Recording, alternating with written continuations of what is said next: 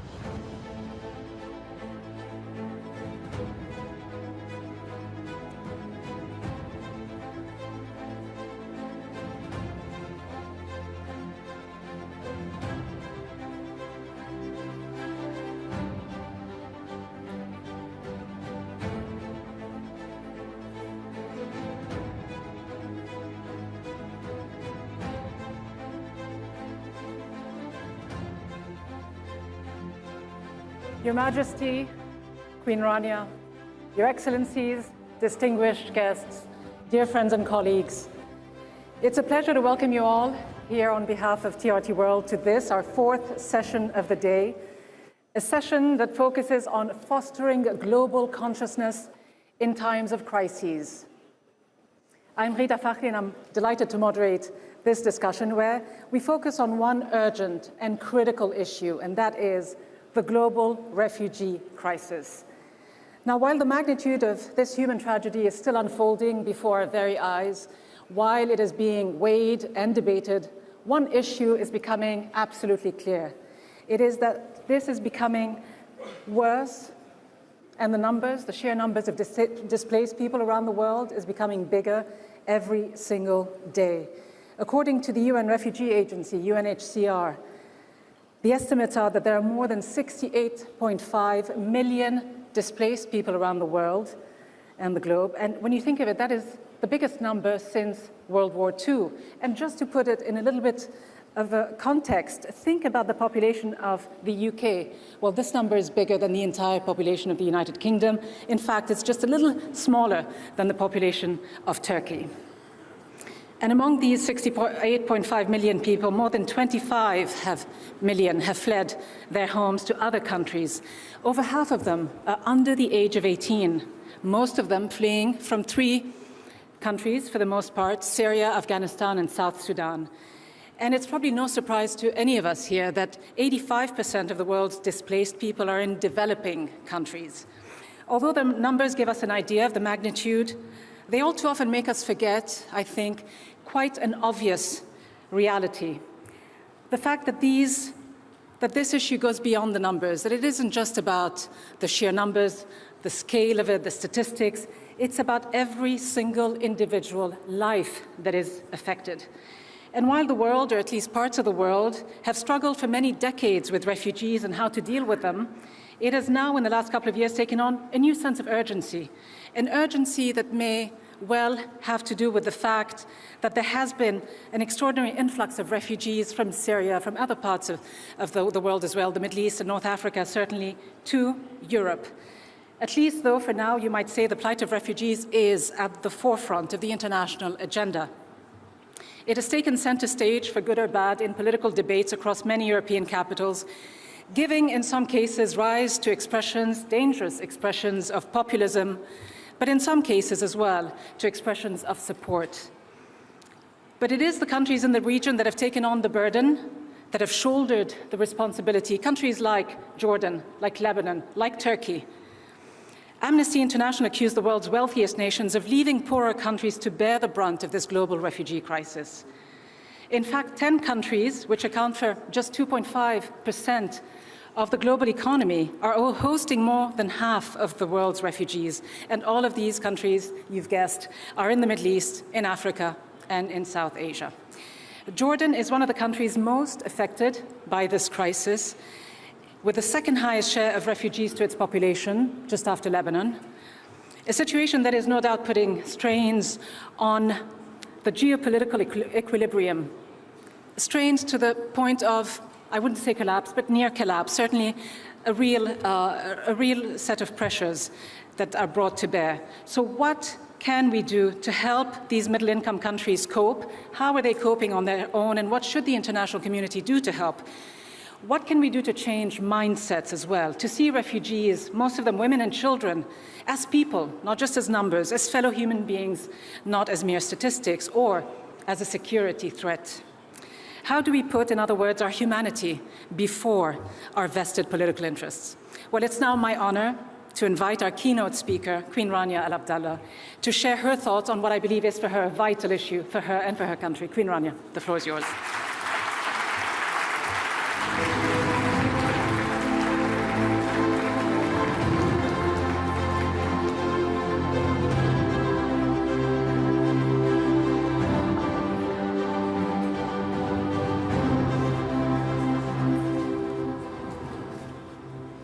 Bismillah ar-Rahman ar-Rahim. Thank you, Ghida, for that kind introduction. It is a pleasure to be in Turkey once more. Our two nations are bound not only by friendship, but by a long history of cooperation and shared beliefs. Like Jordan, Turkey has felt the shockwaves of turmoil within our region. And like us, you remain steadfast in your commitment to the millions of refugees you have welcomed inside your borders. For centuries, this land has served as an intellectual hub where trade routes, populations, and ideas intersect. Today, I am delighted to contribute to that tradition and take part in this forum. Our worldviews may be different, but rooted deep in the core of our humanity, we share the same overarching aspirations for the world: peace, justice, and security for all. The realization of these ideals is a constant, unyielding struggle, one that no nation can wage on its own. But it must remain our common mission, because when we falter, the innocent are the first to pay the price. Like Alan Kurdi, it has been 3 years since his lifeless body was recovered on a beach near Bodrum. He, along with his brother and mother, lost their lives in an effort to escape the brutality of the Syrian conflict. In death, he quickly became a symbol of the struggles of more than 5.5 million Syrian refugees. For a brief moment, this snapshot of senseless loss seemed poised to serve as a turning point in the global refugee crisis. It forced the world to confront the true cost of war and the terrifying outcome of global inaction. But the political and humanitarian will it generated was short-lived. Almost as suddenly as it had appeared, concern for the refugee crisis once again receded, a casualty of the ebb and flow of human compassion. More than 10,000 people have since drowned attempting to make the same perilous trip across the Mediterranean.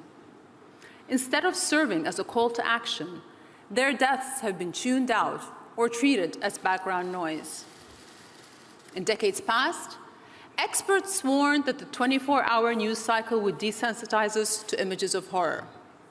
Today, such concerns seem almost quaint. Footage of human misery is now inescapable, streaming constantly through our screens and flooding our social media feeds. We have grown accustomed to news of the displaced dying at sea, to images of bloody children pulled from rubble, to gutted homes and entire neighborhoods reduced to debris. Every day, we are bombarded with evidence of suffering, until images that once felt painfully familiar gradually stop being painful. The names and faces blur, and the mosaic of misery is distorted into static. One of the key facets of human nature is the universal impulse to help those in need. On the individual level, this reflex to lend a helping hand is very effective. But in the face of mass atrocities, too often, we fail to move decisively. Our hearts break when we hear the story of a mother forced to bury her child, a family targeted for their religious beliefs, or a village being purposely burned to the ground. Yet, much of the world remains unfazed by genocide in Myanmar, where more than 25,000 Muslim Rohingya have been brutally murdered, and more than 900,000 driven from their homes. Psychologists describe this phenomenon as psychic numbing. We recognize a single person's suffering as a tragedy, but as the number of those affected piles up, that tragedy begins to lose its emotional grip. This is partly a protective measure, a way to insulate ourselves from others' pain. But perhaps the greatest obstacle to action is the sense of helplessness. Many resign themselves to the idea that there is nothing they can do. They tell themselves that any efforts to improve our world will be offered in vain. History, however, tells a much different and more hopeful story. The headlines may lead us to believe that the world is gradually becoming less secure, but the trend lines suggest otherwise. We have already made incredible headway in turning the world into a safer, more inclusive home. Before the Industrial Revolution, war accounted for about 15% of human deaths. By the 1900s, that figure had fallen to 5%. Today, it stands at 1%. Heart disease is now the world's leading cause of death, whereas violence doesn't even crack the top 10. Meanwhile, quality of life is improving. Since 1990, nearly 1.1 billion people have escaped extreme poverty. More people have access to clean water, electricity, and medical care than ever before. And we are better educated, achieving an unprecedented global literacy rate of over 85%. We refused to accept the status quo, and so we succeeded in changing it. Time and again, we have proven that progress is possible. Humankind has already made exceptional strides, and the momentum is on our side. So why stop here? After all, there are many challenges we have yet to overcome. 1 in 5 children around the world are out of school, including more than 15 million in the Middle East alone. Last year, 10,000 youth worldwide were killed or maimed in armed conflict. And each day, 44,000 people are displaced from their homes. The task before us may seem intimidating until we remember that we are capable of incredible things. And we have come too far to quit now while we're ahead. Ask the journalists in the refugee camps. the first responders to national disasters, or the aid workers helping thousands get back on their feet, they will tell you that images of desperation are one part of our planet's narrative, but they don't tell the whole story. Determination, strength, community, joy, even in the darkest of places, the best of humanity continues to shine through. Among the heartache, there is so much life left to cherish. Now is no time to disengage. Instead of despairing for all that we have lost, we must fight for the innocence we have left to protect. Mourn the dead, then redouble our efforts toward the living. It was Martin Luther King Jr. who said, "We must accept finite disappointment, but never lose infinite hope."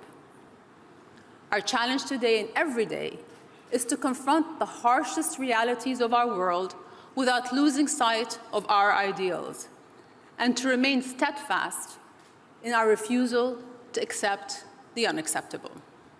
Thank you all very much.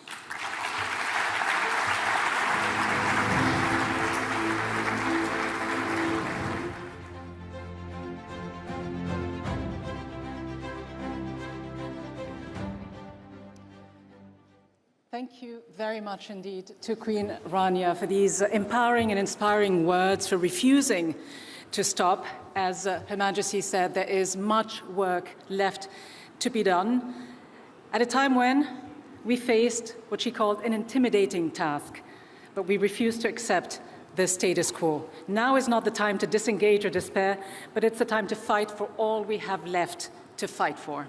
And on this note, it is now my pleasure to welcome to the stage our distinguished panelists with whom we are going to dissect and analyze and discuss this issue. How do we develop and nurture a new global consciousness in times of crisis? I'm pleased to be joined on the stage by Ibrahim Eren, Director General and Chairman of TRT, Francesco Rocca, President of the International Federation of the Red Cross and Red Crescent Societies, Børge Brende, President of the World Economic Forum, and last but not least, Pierre, Krähenbühl, UNRWA Commissioner General.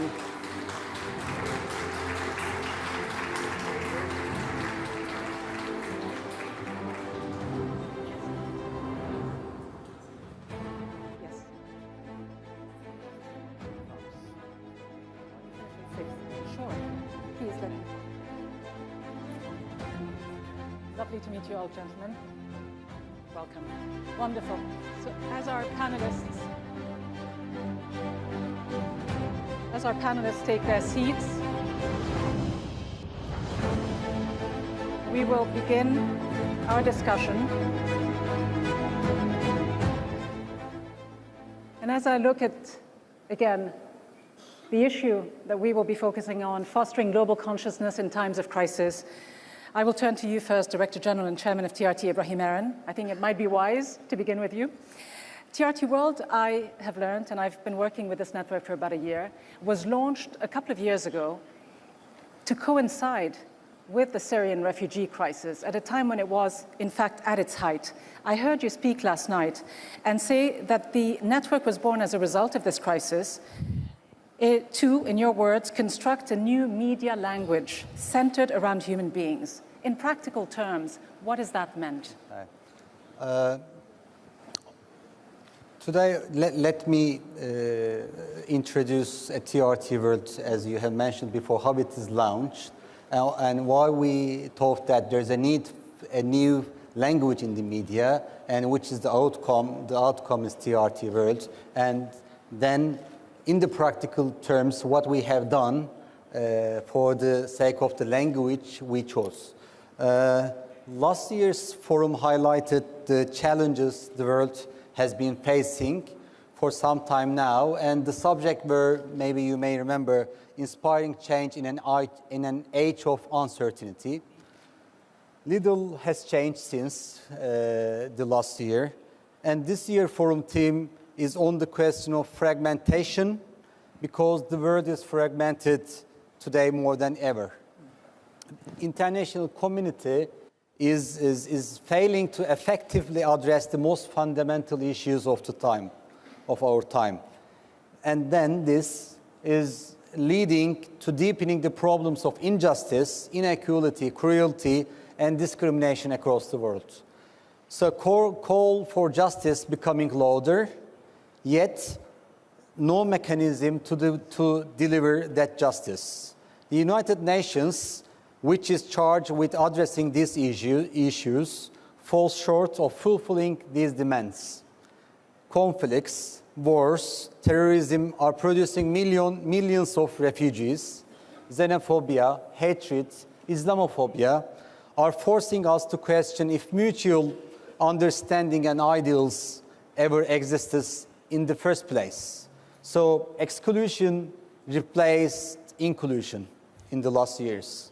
And environment is also exposed to the destructive consequences of that fragmentation, which we have seen last year's environmental summits. The need to develop a collective response to our shared issues is desperately becoming more apparent. With this mind, fostering global consciousness is important is very important. So the first step is placing the notion of human security at the top of our agenda. And we believe that it is not just TRT, but everyone's responsibility to find a solution to the world's problems on all levels. And so the media is as well. And media networks also have a large share of the responsibility. As Malcolm X once did say, the media is the most powerful entity on earth. They have the power to make the innocent guilty and to make the guilty innocent. And that is power, because they control the minds of the masses. Of course, the media has transformed. New forms of media and platforms we have seen now exist, but still the mainstream media, the TV and the other media is the first source of news consumption. And so what we thought that TRT was responsibility, because we think that a media outlet should be responsible for, like, images are very powerful and can make global headlines, define narratives, and move leaders to take action. And we have two concrete examples in the last 2 years, which one is Aylan Kurdi in Aegean Sea, and the second one is Ömran Daknish in Aleppo.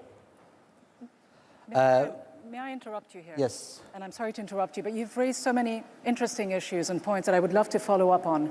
And I do know that you may have to leave us a little earlier than the other panelists. So let me ask you this. I mean, you mentioned a host of very pertinent points. You talk about human security. You say the international community has failed in many instances, certainly on the issue of refugees. But I wonder, is it the job of international news organizations to step in? You talk about social responsibility, but how much of a fine line is there between real journalism and social activism in a way?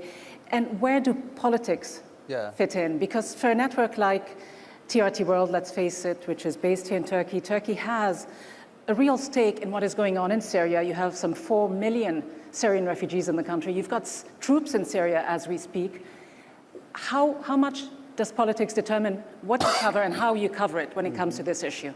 This is why we we placed the human in the center of all our news. So without differentiating ethnicity, religion, or region, we placed human at the center of our media coverage. And so we thought that the human life is more important than anything else. And sometimes I give the example that if you see as a journalist or as a cameraman, as a cameraman, that when you are in the field and you see a position that you would like to shoot it, you would like to shoot that scene, but if the person is in danger and you have to help, then you can drop the camera and you have first. This is the first training that we gave to cameramen in the first phase. So this is a different approach from, I think, the other news outlets. So and for this reason, for the collective understanding in the newsroom, to have that kind of understanding in the newsroom, we initiated a platform called TRT World Citizen. The main idea was not actually, okay, we are making humanitarian aid, not by the public sources, of course, by the source of the TRT World employees, but the main idea was to integrate the style guide, the editorial guideline we have with the life of the people that work for the TRT World. So, like our Syria coverage, let's say, has centered mostly on the stories and lives of the refugees and their obstacles, as opposed to political calculations. But can it be done completely objectively, devoid of these political calculations? We don't use, at TRT World, I don't use the word objective, but I use the word balanced, because you can't be objective as a human being. Sometimes there's right to do, and you are trying to be just balanced rather than being objective. And as you say, Director General Eren, we are first and foremost human beings before being journalists and before having all the other professions we have. I look at you now, Francesco, Rocca, and wanted to move to you as the head of what is today the largest humanitarian organization, quite a challenging, daunting task with everything that's going on in the world around us. Just picking up from what Director General Eren just said, to what extent, and what we just heard Queen Rania mention as well about the stereotypes, the images we see that get so embedded in our conscious and that actually propel us either to do something about the situation or not. How do you look at the current discourse and narrative within the media, the mainstream Western media, when it comes to the issue of refugees and migrants, how they are depicted and how they are referred to, and how it affects your job as a humanitarian person? No, I think that it doesn't affect only my job. It affects also me as a human being. The way many media are depicting the migrants in this moment is a way that is stealing their story, their dignity. When you label a person only as irregular, this is and means that you are forgetting intentionally what they are fleeing from. That they are human beings with a story, with relatives, with their own feeling of belonging to a country that they were forced to flee. Yeah. So this is something that is really concerning, that is increasing. Of course, the media, many of the time, are following the politicians in this. They are the first that started this way. And this is starting in discussing about the Western politics. And this is a reason more for being concerned. But are many of these politicians right, in a way, to see the refugee issue as a security problem? Yeah, but this is a problem. When it is only treated as a security and dehumanizing the problem, it's increased the threat. It's not dealing with the problem that we normally face. When you treat and deal with the problem of the people, this help us to simplify the dynamic at social level. I think that the way the Western countries and Europe in particular is approaching this phenomena is just starting from the world. They started to call it as an emergency, denying that it was a phenomenon. And I want to give you just as an example that I often use in my humanitarian experience. I started to be a volunteer in Italy more than 30 years ago, dealing with people that at that time was living and was fleeing the Horn of Africa. After 30 years in Europe, in the Italian shores, we are receiving people fleeing from Horn of Africa. So that means, back to the point the General Director touched, this is the show how big is the failure of the international community in dealing with certain crises. And this is a matter of fact that is undeniable. But particularly, just a quick follow-up, when you talk about the failure, in the European context, when you look at the leaders across the political spectrum, do you feel that they should be doing more? I mean, I know now there is a policy of delegation where most member states of the EU have left the issue to the likes of Greece and Italy to deal with this issue, and they've also dealt with it with a policy of externalization. Let it be those who are in the region of these countries that are being affected deal with this. Is that fair enough? Should they be doing more? No, this is I think it's a mistake, but it's a consequence of this lack of vision of our leaders in this moment.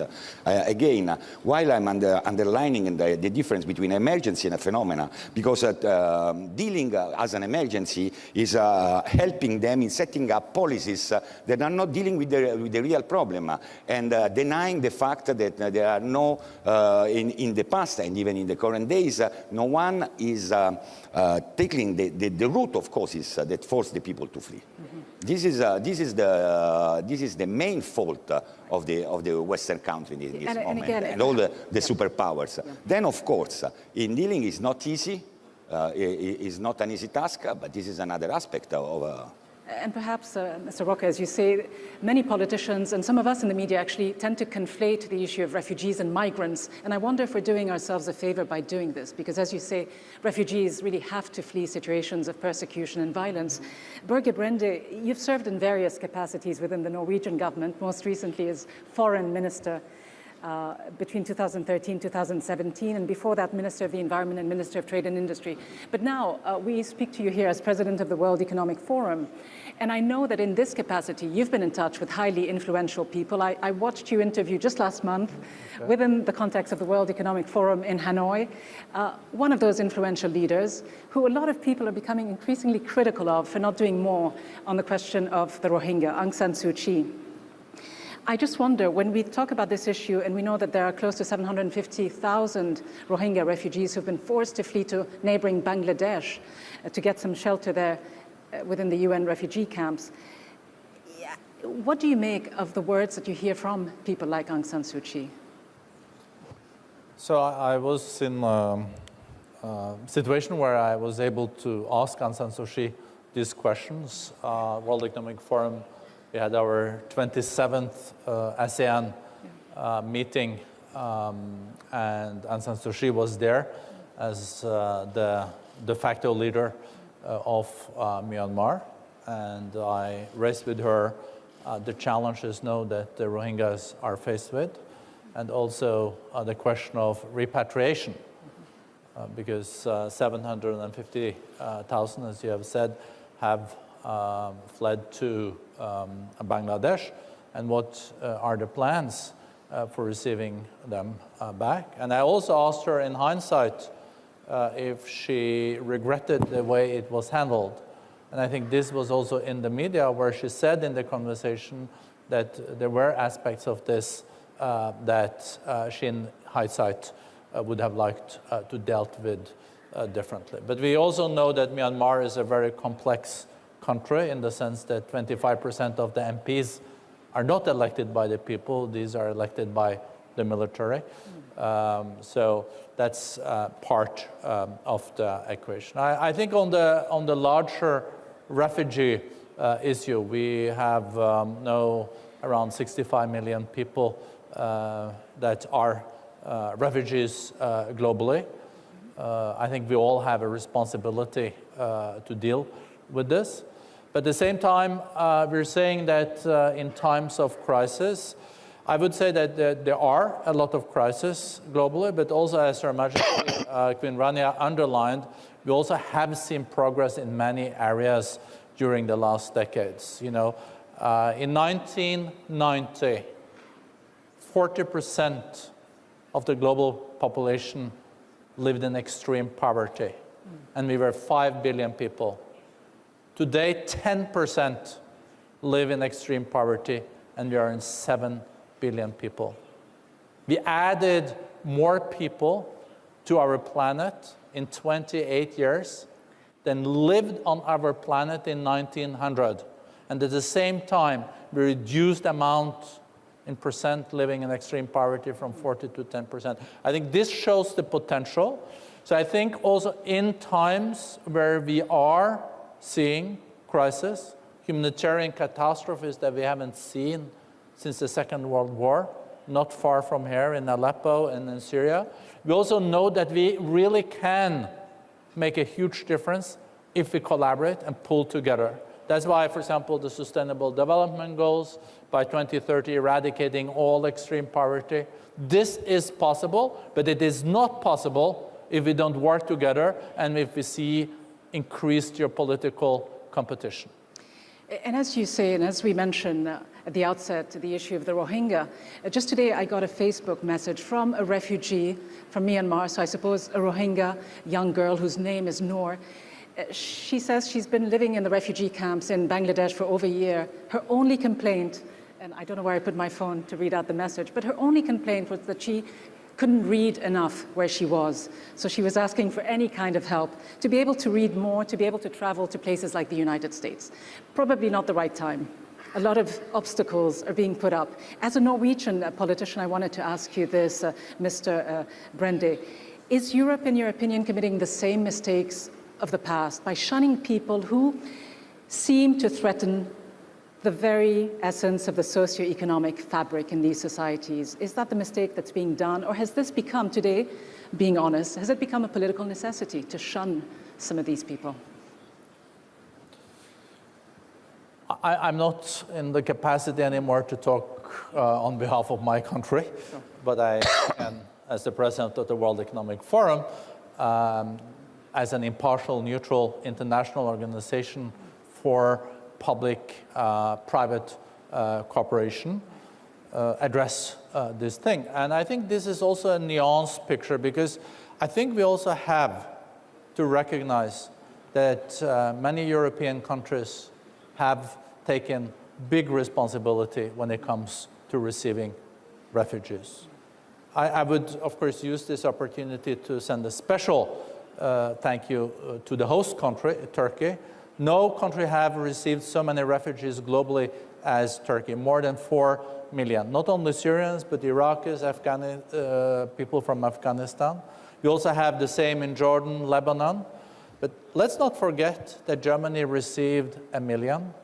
We have also seen that Scandinavian countries, Sweden received many hundred thousands. If you look at a proportion of population, Norway, my country, we received, when we were in government, when I was in government, we were among the top countries if you looked at this compared to population. We are 5 million people, and we received many. But also, as was addressed here, we cannot solve this problem without going to the root causes. And the root causes are proxy conflicts.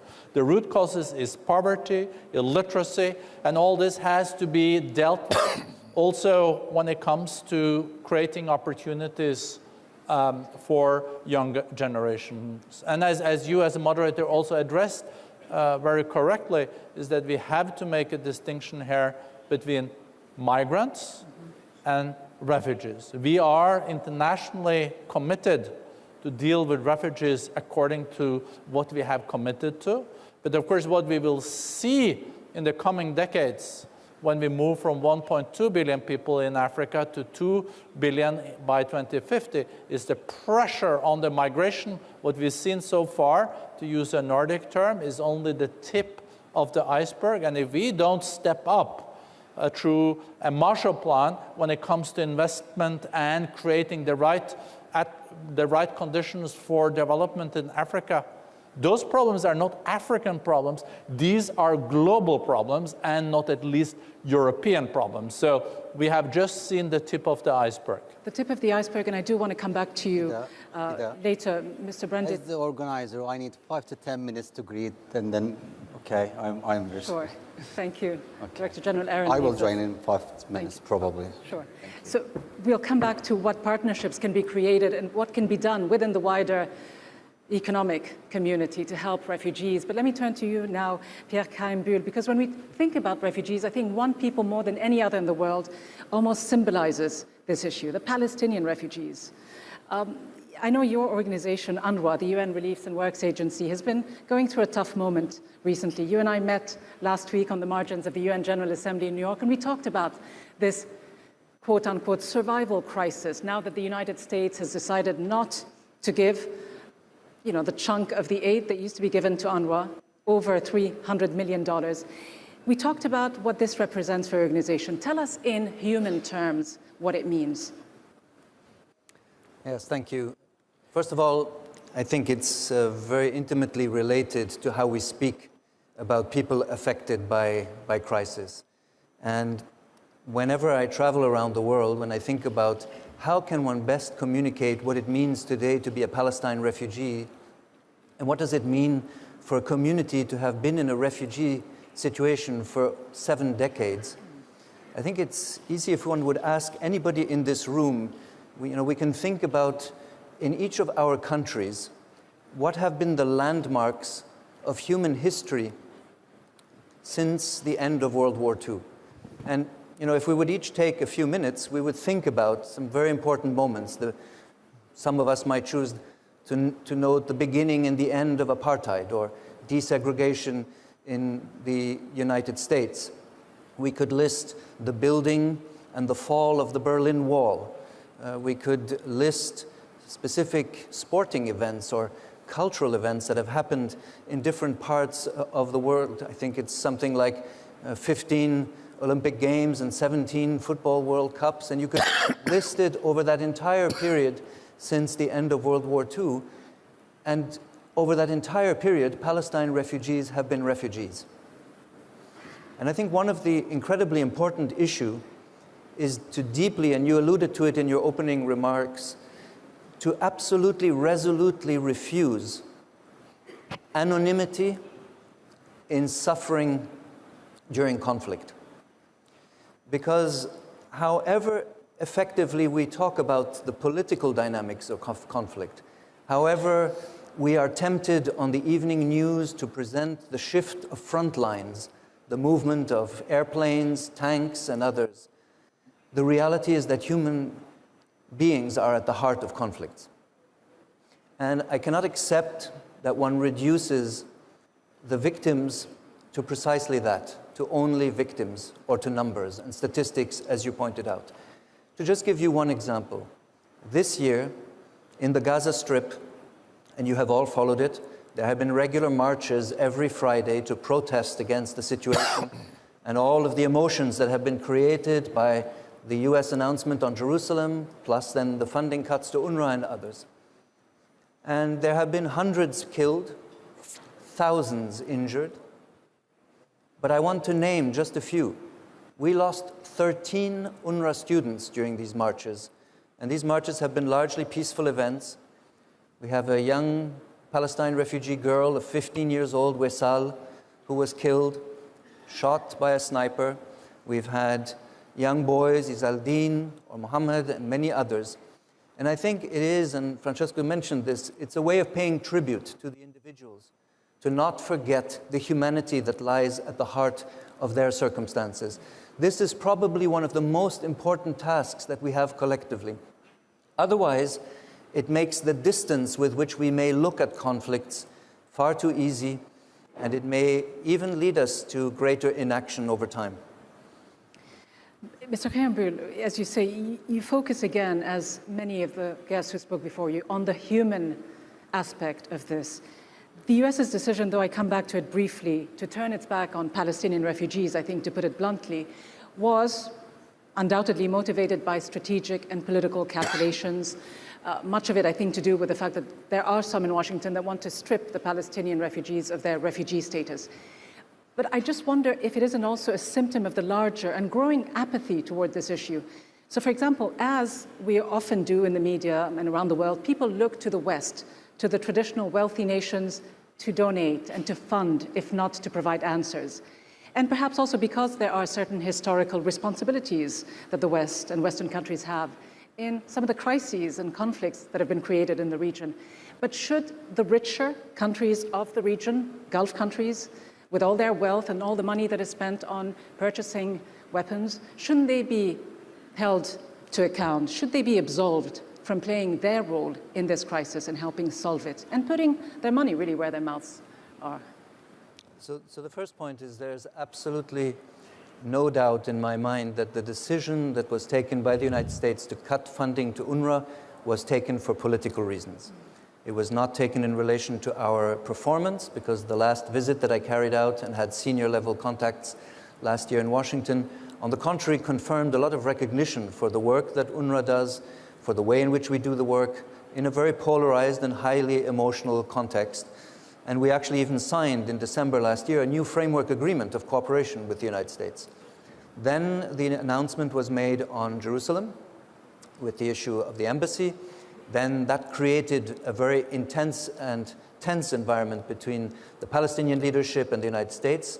And thereafter, the United States decided to cut the funding, all funding to Palestinian-related issues, including the funding to UNRWA, which is, sincerely said, quite unprecedented in my experience in terms of politicization of humanitarian aid. And this is exactly what should be prevented. One should not pursue political objectives with humanitarian funding.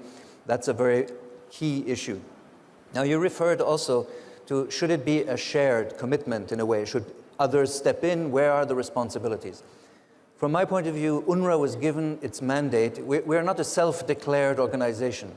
You know, we were not a group of friends that woke up one day in 1949 and said, sounds like a nice thing to do. It is an expression, we are an expression of the collective will of the international community, and we're given a mandate by the General Assembly of the United Nations. It cannot be a more universally stated global commitment. And therefore, I think it is absolutely correct to expect that every single member state of the United Nations, to its abilities, should contribute. And one of the very positive elements this year is to see that in a time of crisis like UNRWA is facing, so many countries have stepped forward to mobilize additional funding. I want to pay tribute here in Turkey to the Turkish efforts, very remarkable, but also Gulf countries.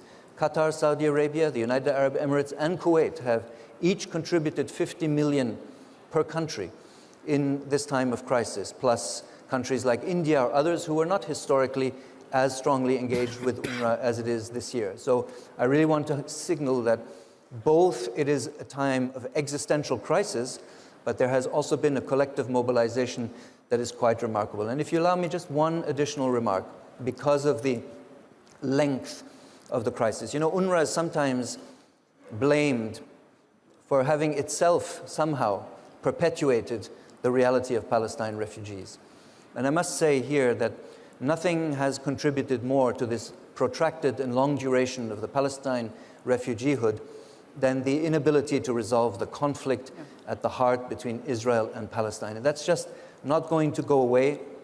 We cannot wish away 5.3 million people, the population of Norway or of Singapore, in the middle of this region, simply by stating that their children and grandchildren don't deserve to be recognized as refugees. And I think, as you point out, in today's growingly interconnected world, everything becomes a threat, doesn't it? I mean, the instability we see in one part of the world could have an impact on the other. Many people wonder if this situation isn't, in fact, a ticking time bomb. Hopefully not. Hopefully, as you say, many people stepping in to help will make the difference.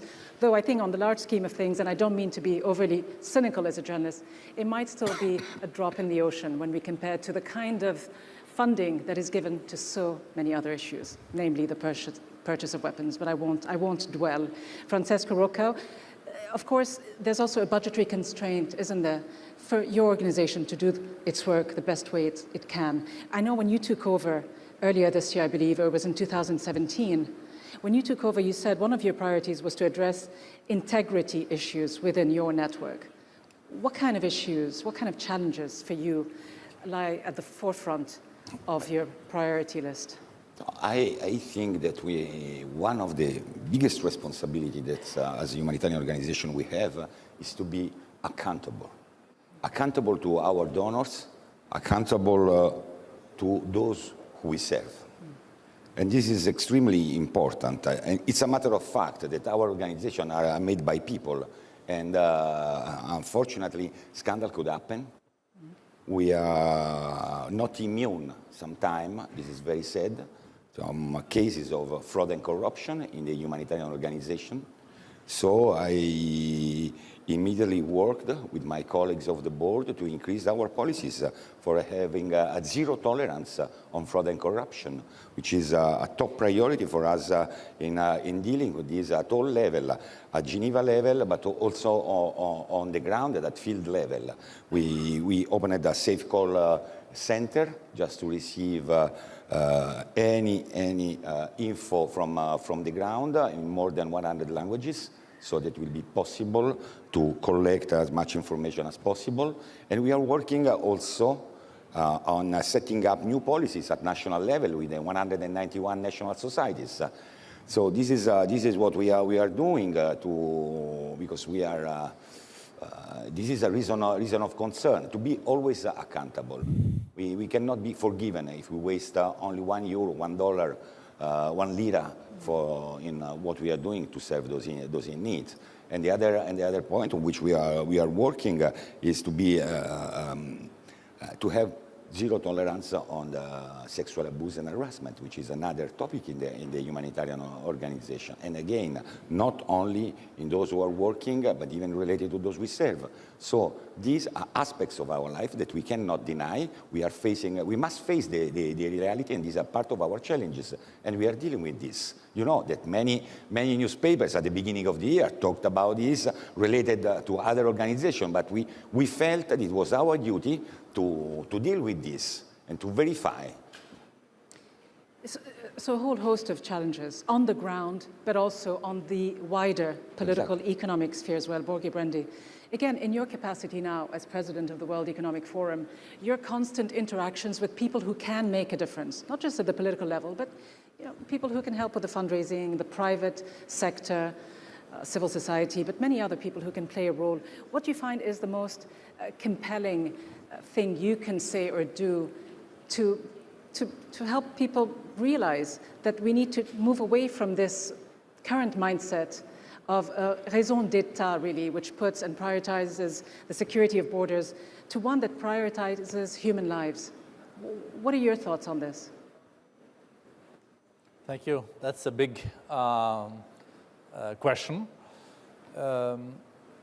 If I were to go back to the Sustainable Development Goals, I'm pretty sure that we cannot reach them without also mobilizing the private sector.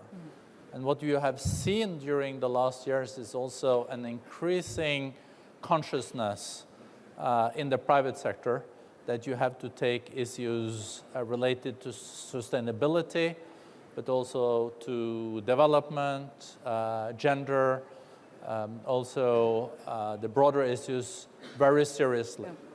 Boston Consulting Group, BCG, came out with a report the other day where they had looked at 300 companies, and the report showed that those companies that had taken women on the board, had recruited in a very inclusive way, companies that also cared about the environment, companies that also took more responsibility than only to pay back to their shareholders, but also acknowledged the importance of their employees, but also society at large, were companies that were much more profitable than the others.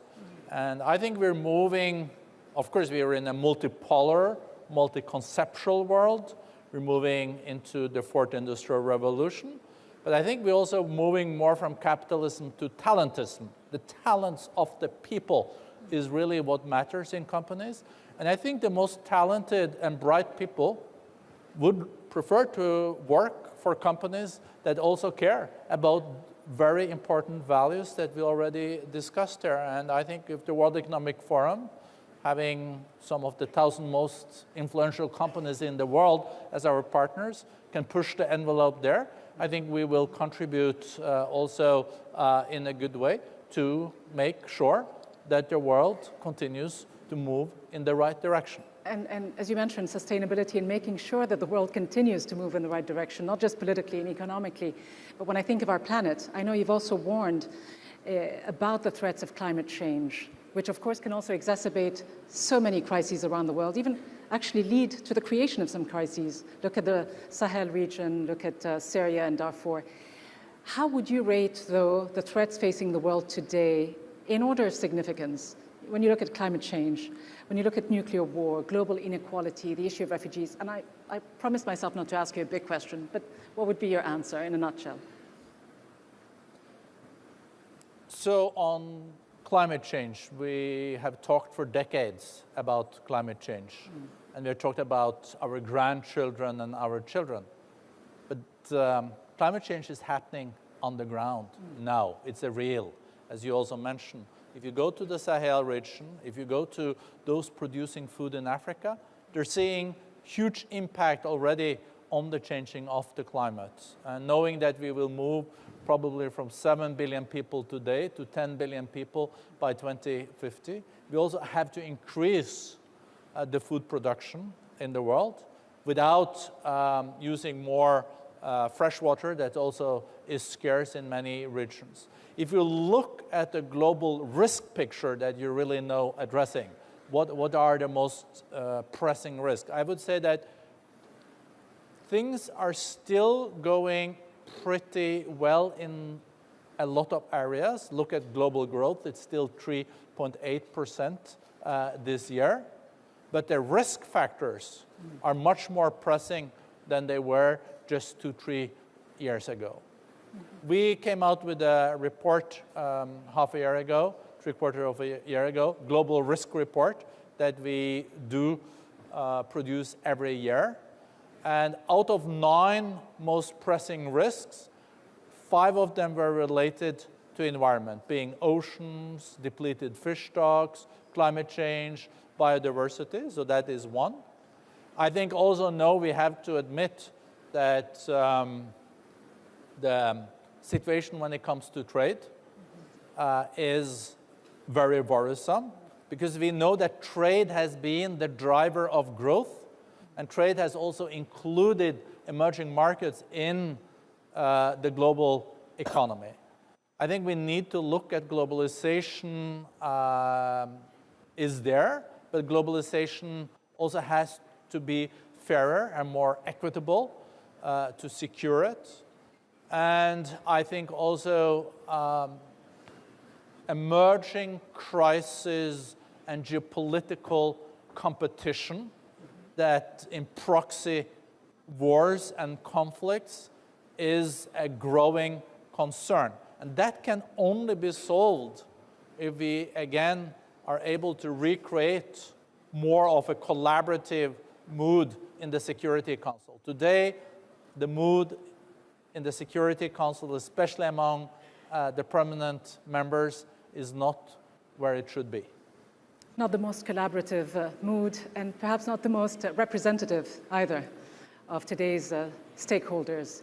Pierre Krähenbühl, coming to this idea that Børge Brende just ended on, this notion of partnerships. When you look around you, when you look at influential voices within the media, humanitarian organizations, economic organizations, what kinds of partnerships are crucial for you, for UNRWA, not just to change mindsets, but also to raise awareness and to raise the kind of funding that we were talking about earlier? Yes, I think the partnerships are at all levels. So of course there is a state responsibility because we receive the mandate from the General Assembly. So states have a real stake in UNRWA as part of the multilateral system that, by the way, today, if we just make a parenthesis here, is under assault. Much of what we have inherited after World War II as global frameworks, institutions, references, whether it's the UN Charter, the Human Rights Declaration, the Geneva Conventions, or the Refugee Conventions, are under assault and being questioned very severely. And I think here is where partnerships exist between civil society actors, between NGOs, international organizations like our own, and of course the political and media communities, to continue to raise attention. I think we cannot allow indifference to develop around the current level of attack that some of the very foundations that we inherited from World War II are important. And why would I refer to World War II as being an important benchmark? Because it took the greatest calamity that mankind, and I think in this particular case we can underline mankind, ever inflicted on itself for us to obtain these basic treaties, the Geneva Conventions of the laws that apply in armed conflict, the Refugee Conventions. And today we see politicians and different actors try and do away with the relevance of these frameworks, which again, it took the horrors of World War II for us to establish. We should be defending these with all our energy, just as we should, because you raised the issue of consciousness. One thing that strikes me after over a quarter century of working in conflict zones is I think we really need to redevelop a consciousness around the rejection of the notion that wars are inevitable. It is just too simple to tolerate the idea when you see the human consequences of them, we give in to this notion that wars are inevitable much too easily. And I think it needs for us to rediscover the value, something that Brende knows very well from his years of investment, for example, on the Colombian conflict, that at the end of the day, conflicts are solved by talking to one another. Yeah. And much more should be invested in conflict resolution rather than in conflict management. We have spent the past 2 decades, and you can go to international fora, to academic institutions, and you will see how many papers have been produced about conflict management. As I always say, you can manage the Israel-Palestine conflict forever, and you will have UNRWA forever in that equation. Put the energies into resolving the conflict, and we can create a different horizon for Palestinians, for Israelis, for everyone in the region, and in particular for Palestine refugees, because as they say very often, and our students say it in every international forum, we had it again at the General Assembly last week, where 2 of our students addressed many of the fora and said, we never asked to be refugees.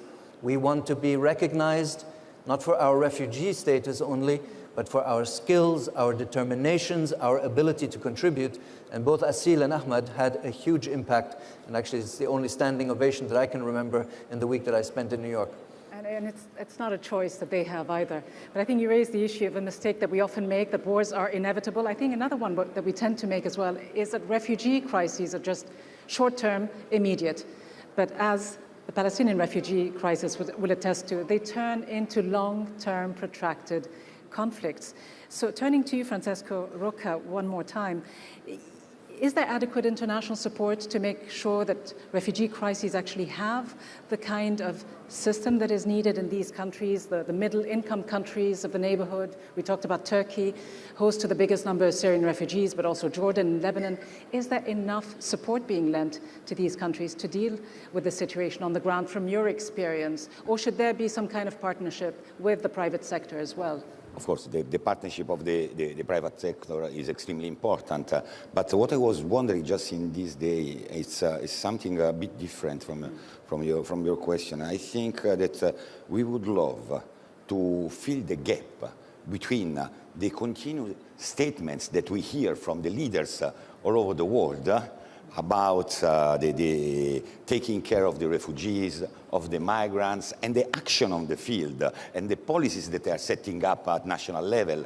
This is what is the biggest reason of concern, because if any political leader or global leader would really follow what they always state at the mic in every arena or podium that they normally use with concrete action, maybe many of the crises could be fixed.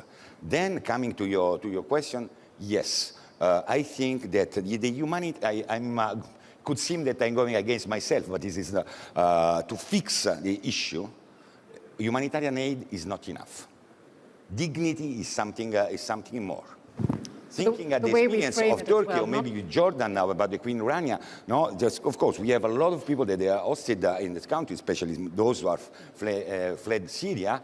But many of these people have not any possibility or opportunity to work, not because there is no commitment, but because there are not enough opportunities. So I wonder if the global finance is enough, no, to let this economy grow.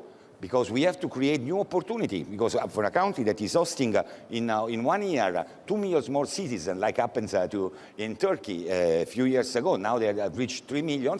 Then you need the economy to grow. It's not only about rice or chicken and food. But you raise a very, very crucial question, in addition to the issue of dignity and the fact that the refugee crisis should probably not be looked at as an issue of aid and charity. There are human lives involved and people who want to make a contribution to the societies in which they live, too often much longer than they would like to. Børge, Brende, on this note, what Francesco Rocca just mentioned, creating opportunities for some of these refugees. Some of them live in refugee camps like the Zatari refugee camp. I forget the exact numbers, but I think something like 80,000 people live there without the option to really go out and work. I mean, they create their own little working communities from within.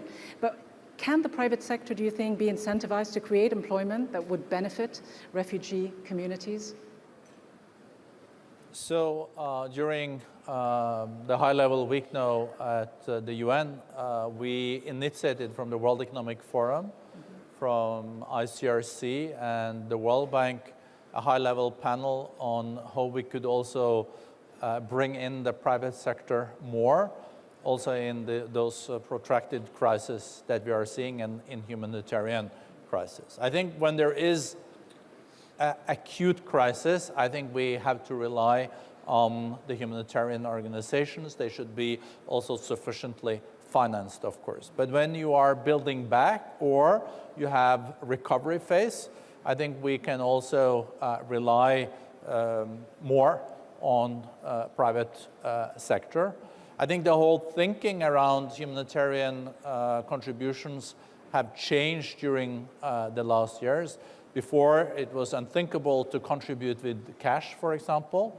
But what we did when you fly in food, fly in all kind of equipments, you also kill the infrastructure that is already there. I saw it myself when I was in Haiti during and after the earthquake there. I think we would have been better off giving the people cash so that we could have still kept some of the infrastructure, food production that is local. And it is a paradox that some countries also then fly in food when there is food also locally available if you had the resources.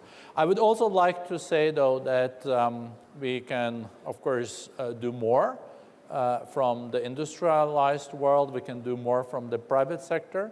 But I think also in some developing countries, we can expect more national resource mobilization. We know that illicit financial flows are a big problem. We also know that corruption is a huge problem. 25% of the GDP just disappears in some countries because of corruption. Totally unacceptable. We should be much tougher. And then on top of it, we see also that for any country that wants to move from being a poor country to being a middle-income country, you have to accept that you have to have proper tax collection. And we see countries, developing countries, where 5 to 10% of GDP, the taxes amount to 5 to 10% of GDP. In my country, Norway, taxes are close to 40% of GDP. That's redistribution, but it's investing in health, it's investing in education. And how can you in a developing country, for example, then say, oh, all landowners, the bigger you are more accepted from paying taxes than others. This is not sustainable. So I think we have to think also out of the box. Everyone has to contribute, of course, then provided that you have the means. And if you start to pay taxes, it is also that you will then get more integrated in the society, and you will also then be a critical voice when it comes to corruption and how you use the resources in the country, because this is your contribution to build hospitals and to build the schools. A solution from within as well as a solution from the outside world. I'm looking at the clock, 5.5 minutes left. In a few words, if I can get to each one of you with your closing thoughts and comments. Pierre Krähenbühl, beginning with you in a nutshell or two. What is for you the way forward? What kind of actions would you like to see taken to deal proactively with the issue of Palestinian refugees? So what is the most important, and if we had to set everything else aside, including the work that UNRWA does, it is to resolve the conflict between Israel and Palestine. But not just to pay lip service. You know, we go to international meetings and people will pledge their renewed allegiance to the two-state solution. But I can pledge my allegiance to world peace. It means nothing if I don't act on it. And so I really have to say that it's not enough now to say, we have tried everything, you know, the parties don't want to. Look at the human costs and the costs in terms of regional stability and insecurity, both in the Middle East and beyond. Europe has rediscovered it in 2015 with the arrivals of large numbers of refugees and migrants and all the debates it has triggered. Surely a collective remobilization on the political solution is required. That would be the most important. In the meantime, yes, I continue to call for, as I did this year, knocking on every door, for the continued support to UNRWA to provide the ongoing services. And I just want to say something about the word dignity. Because my biggest discovery when joining UNRWA, after 20 years with the International Red Cross, was not so much about the emergency side of work, the food distributions, the medical assistance, things that you normally associate with armed conflict. It was the education. I have never seen in my life a humanitarian organization commit in this way to education on a large scale. 526,000 boys and girls in UNRWA's education system from Aleppo to Rafah in Gaza. And this is something which allows you to not look at the person only as a victim of violence and dispossession, but also as an actor of his or her own destiny. And there's nothing more powerful than to be able to give these young boys and girls a horizon, a prospect, and something that can allow them to meet with their aspirations. Thank you. Thank you very much. It's all about creating a hope in addition to creating the right environment. Francesco, Rocca, your final thoughts. You talked a few moments ago about the need for action. What kind of action? I think that I couldn't agree more on what Pierre just said. I think action is a cultural action, of course. For us, we always are on the spot. We try to respond to any emergencies. But what we do need in this moment in the world is an increased cultural awareness about referring to our principles, and first to our first principle, humanity. What does it mean, humanity? What does it mean? And I liked in the premises of this meeting when you touched the point on the human security. This is extremely important, more than the national security. If with our leaders, our politicians, we will restart in dealing with the word humanity, I think really we could have a better world. This is something extremely important. And let me end with something that I'm very proud of. I was thinking 1 second ago that the three men on the podium are all coming from we have all something in common, the Red Cross family. Because Børge has been Secretary General of the Norwegian Red Cross, and Pierre has served for many years. So how important is the word humanity, the first principle of the Red Cross? Well, that's very interesting. So then my final words to you, Børge, Brende, putting on your very many hats, including your humanitarian hat, what would you like to see happen to rebalance the flow of energy, for the lack of a better word, when it comes to dealing with the refugee crisis?